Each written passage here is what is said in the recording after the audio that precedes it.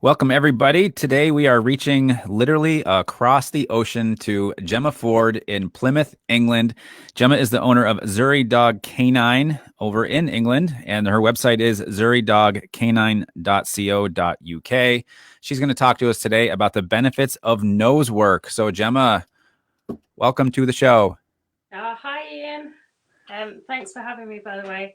It's really Yes, great doing. I've been I, watching some of your videos. They're that's awesome. awesome. Thank you. So of course, we heard about you from my previous two interviews here, if you will, both from Kim and from Tamara. So this is you kind of round out the triangle here very nicely here with how everybody knows each other. Yeah, yeah, it's a great group. They're lovely ladies. They are. Yes, yes. Had very good conversations with both of them. Very good. All right. When we first started talking, I was messaging back and forth.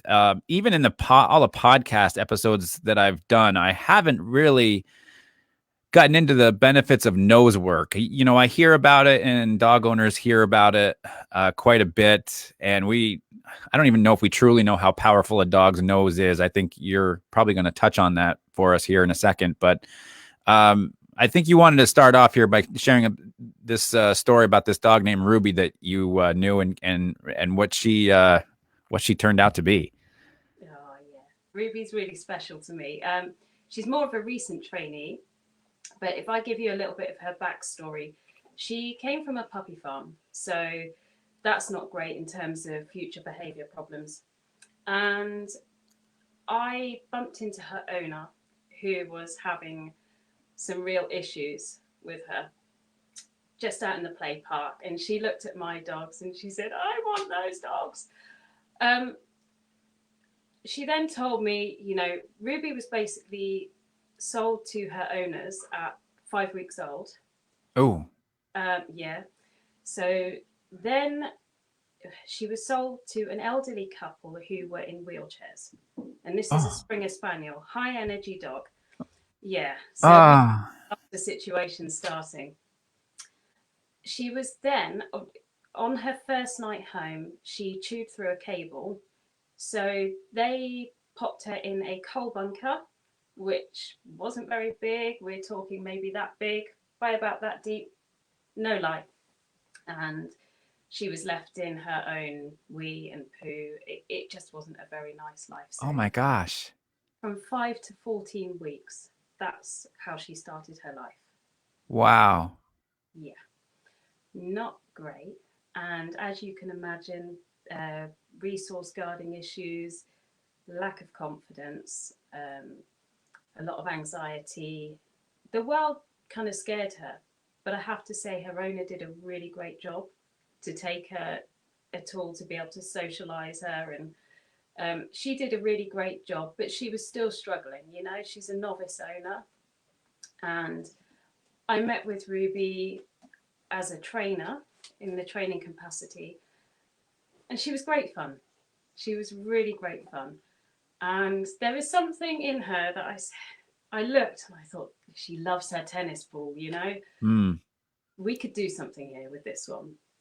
And when I asked her owner, I said, look, can I train her up to become explosive detection dog? And her owner said, are you for real? And Yeah, that's yeah. not a question. That's not a question a dog owner hears from a trainer all the time, right? Like that's not common knowledge. No, it's not. So, um, yeah, that's what I did with her. And Wow. she's now licensed. And today I spent the day with her, and she's teaching another handler how to become an explosive detection dog handler. So Wow. it's huge. Nose work can really, really benefit dogs.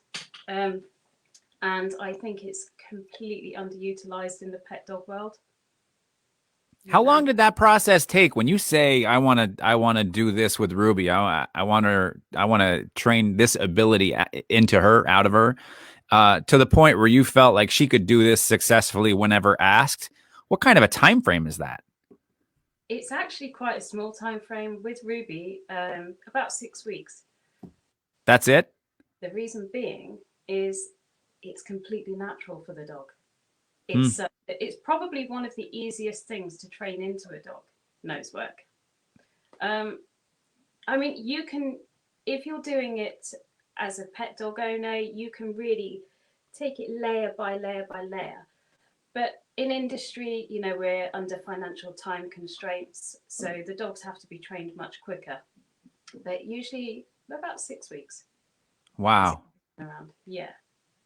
And so once you saw the relationship with the tennis ball, that for you, because that's the reward. I don't think many people may not realize this, that both in the police canine world and in scent detection, there's usually a really strong toy drive, if you will, or ball drive, some big reward that is used to motivate them. And so was that kind of the first thing that clicked with you about her? Yeah, Ruby would do anything for a tennis ball. And she's pretty relentless as well. You know, like, yeah, drop it at your feet. Come on, let's go again, let's go again. And she will go all day long. She's a high energy dog. Yeah. Yeah. But they have to though, right? Because nose work, as we're going to get into in a second here, nose work can be very exhausting too, because it's a lot of mental work, right? It's not something that they can do at 100 miles an hour and still be able to concentrate and focus. It's kind of this controlled chaos, if you will. That's a very good expression there, controlled chaos. Yeah. Now, each search will last for 20 minutes in the working canine, but your dog will be out working for 12 hours a day with 20-minute breaks. So it's 20 minutes on, 20 minutes off. That's a huge amount of work. So they need to be really motivated for that. You know, it's a simple good girl or good boy that just isn't going to cut the mustard. You know, Yeah. they really have a serious reward from that. Wow. All right. So let's get into the three talking points here that you talk about. With number one here, you say that sniffing is a natural need for dogs. So expand on that for us, please. Well, dogs are a natural born predator.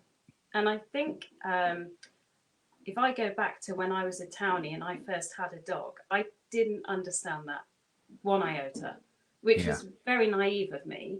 But I don't think a lot of people do, if we're honest, until we start developing our knowledge on them. And so they're a natural born predator, and I've completely forgotten where I'm going with this. Sorry.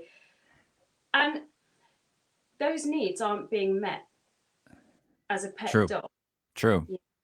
I think we can all relate to being on permanent lockdown. Yes. Boredom, you know, and a lot of the behavior I see in with my clients' dogs is born out of boredom. They're taken out for a walk. It's not fulfilling the dog's needs going out for a walk. And especially when you see the owners, they don't allow their dogs to sniff. So that they're pulling them, come on, we've got to go. Yeah. And you're just not letting the dog process all of that information.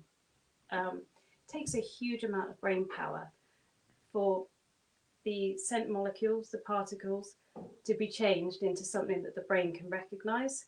You know, and we don't allow that enough.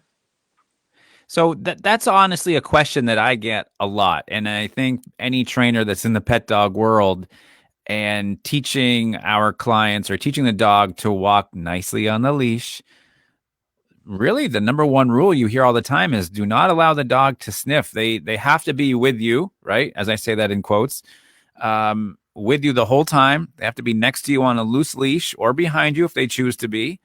Yep. But that we have to create that structure where the nose stays up and they have to focus on staying forward. So how do you handle that then? Is this something that you just allow the dog to do?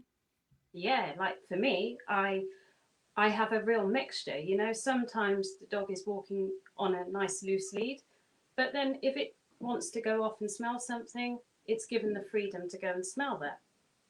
And I wait. I wait and wait and wait until the dog moves on. You know? Yeah. Because why fight nature? Let's try and run with nature a little bit.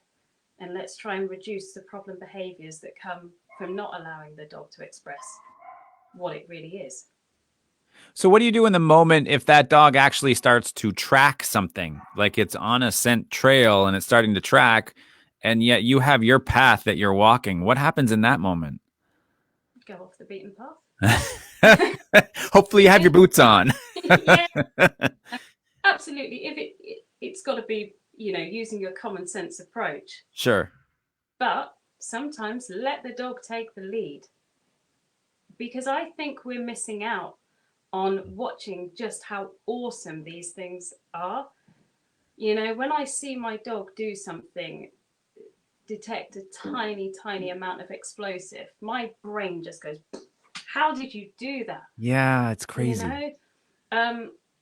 And I think we need to appreciate them for what they are even more, Just watch them, follow them, have some fun. Let your dog have some fun. Let your dog just take the lead and do what it needs to do. Yeah.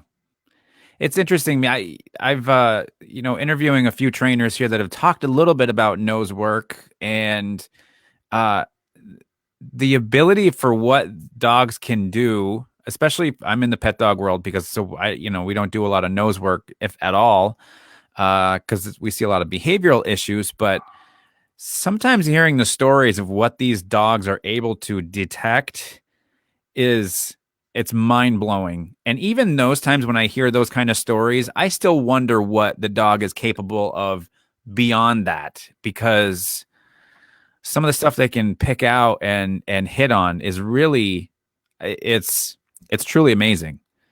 Isn't it just? I mean, 1 teaspoon of sugar in an Olympic sized swimming pool is the amount that they're able to detect. That's just how Wow. powerful that nose is. Wow. I've never heard anybody put it that way, but that puts it into perspective. Exactly. Exactly. Wow. So use it some more in your Yeah. behavior work. Don't be afraid to use it to calm your dog down. Yeah. All right. So number 2 here, you say that sniffing tires dogs out more than a walk. So when people hear this, I'm a little concerned that they're going to just go, "Hey, I can get to take my dog outside and put it on a retractable leash, stand in one spot, let him sniff. My walk's done." But I don't think that's entirely what you're saying. No, it's not. Do not stop exercising your dogs. Right, right. But let's also put nose work in there, because it does take a huge amount of energy. Um, it takes a lot of concentration. If you've asked your dog to go and find one particular thing, your dog is forgetting the world around him, a bit like us when we're driving. It takes a Yeah. lot to think about that. You're driving down well, you guys call it the highway, for the UK people, it's the motorway. And you've really got to have your wits about you. Hmm. It's no different for the dog when it's looking for something. So, yeah, it's tiring, it's mentally stimulating. I think one thing that I have, learned here in the past few years is truly the importance of a mental workout for a dog.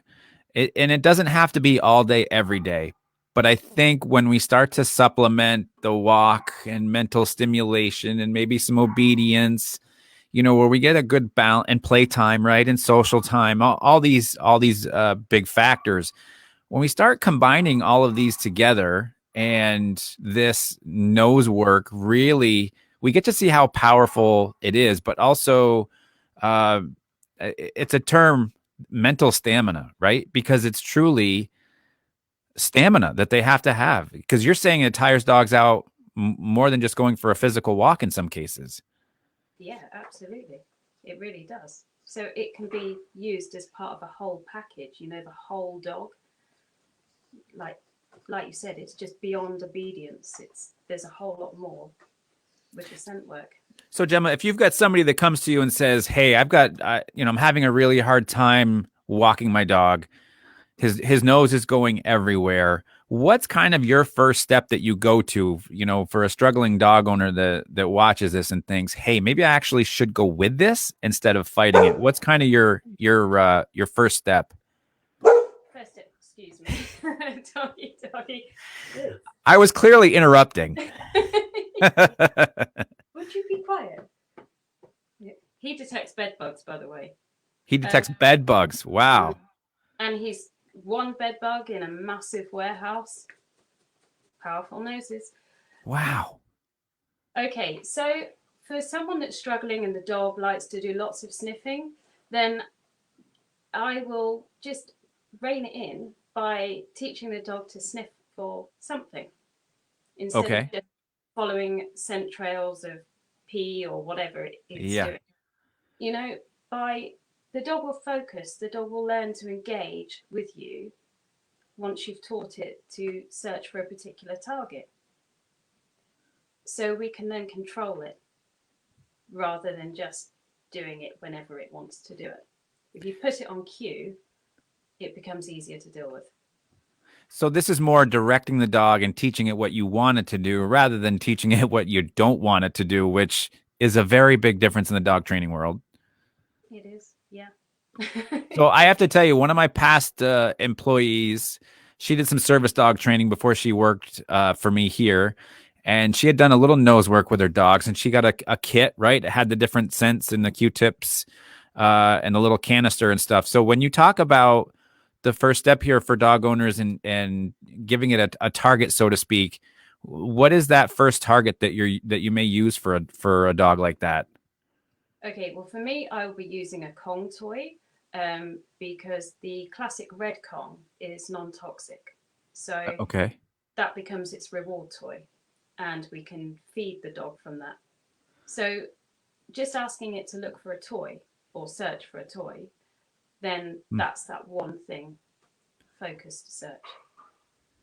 And I'm assuming in the beginning you're not like tucking this thing into a stump, from 150 yards away, right? That you're starting slowly, and I'm assuming going out and planting it somewhere first, and then going inside and getting the dog and searching for it that way.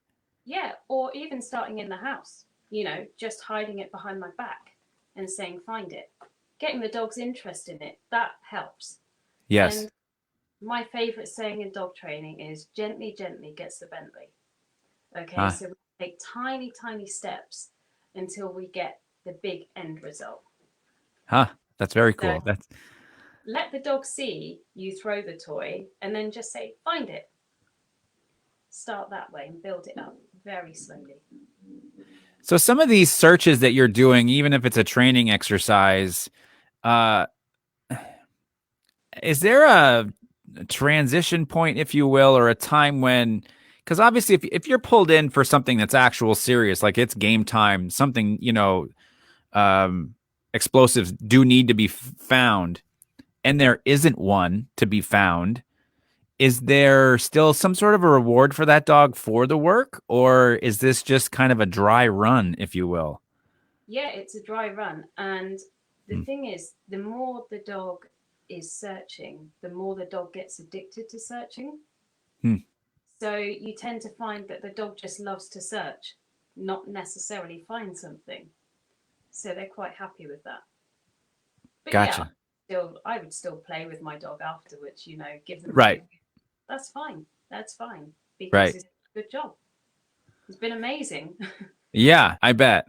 So I'm going to put you right on the spot here, Gemma. And even if it's this dog Ruby that you referred to earlier, what was maybe one of the hardest things that you saw her accomplish or find, or a setup or an environment where she actually hit on something that maybe you didn't think she could have, or you were surprised that she did, or you were just thoroughly impressed with her success at it?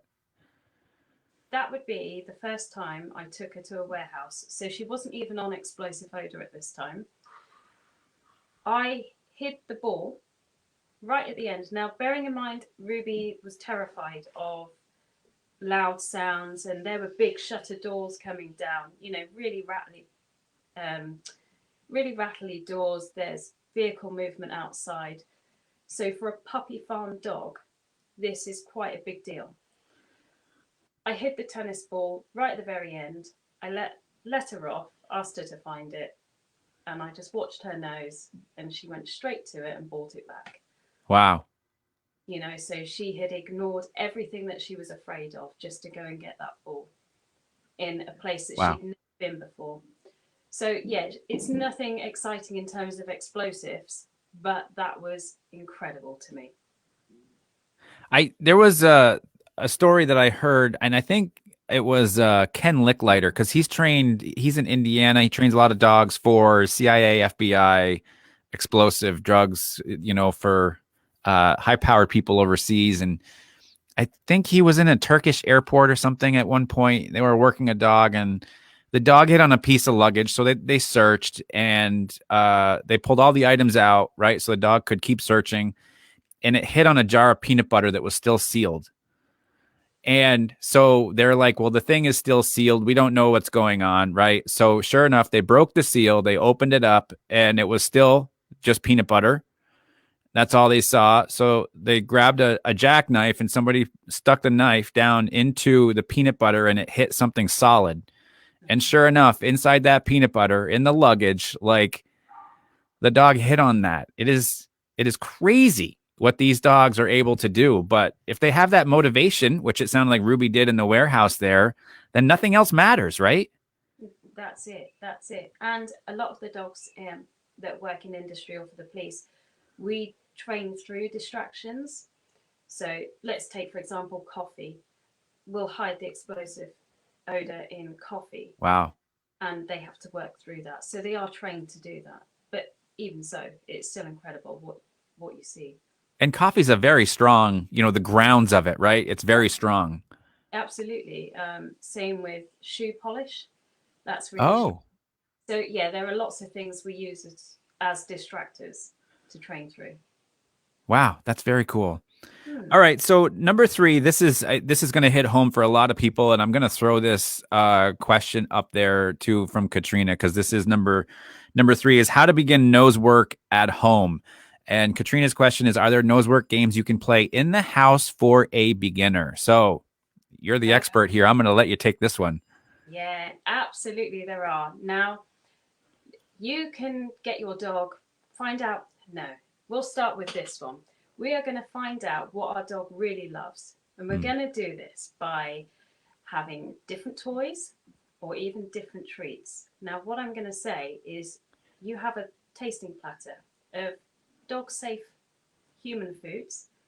Okay, so it could be blueberries, broccoli, banana, chicken, beef, whatever that is safe.